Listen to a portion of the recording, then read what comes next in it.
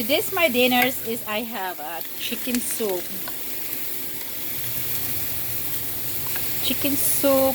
fillet with napa cabbage.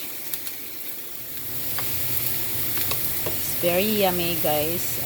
This is good for the weather. Today is below 20, so it's good to drink some soup.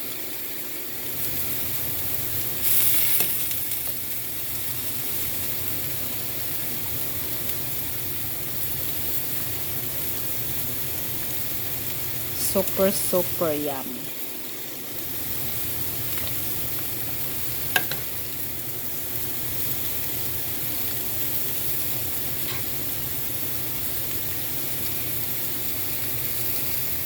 It's super yummy.